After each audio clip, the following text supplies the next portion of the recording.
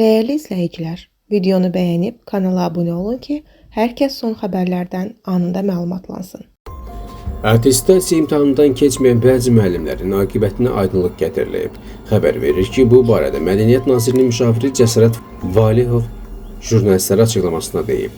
Onun sözlərinə görə, Mədəniyyət Nazirliyi attestasiya imtahanından 5 ekspertin 3-dən mənfi ikisindən müsbət alan incəsənət müəllimləri üçün ikinci şans yaradılacaq.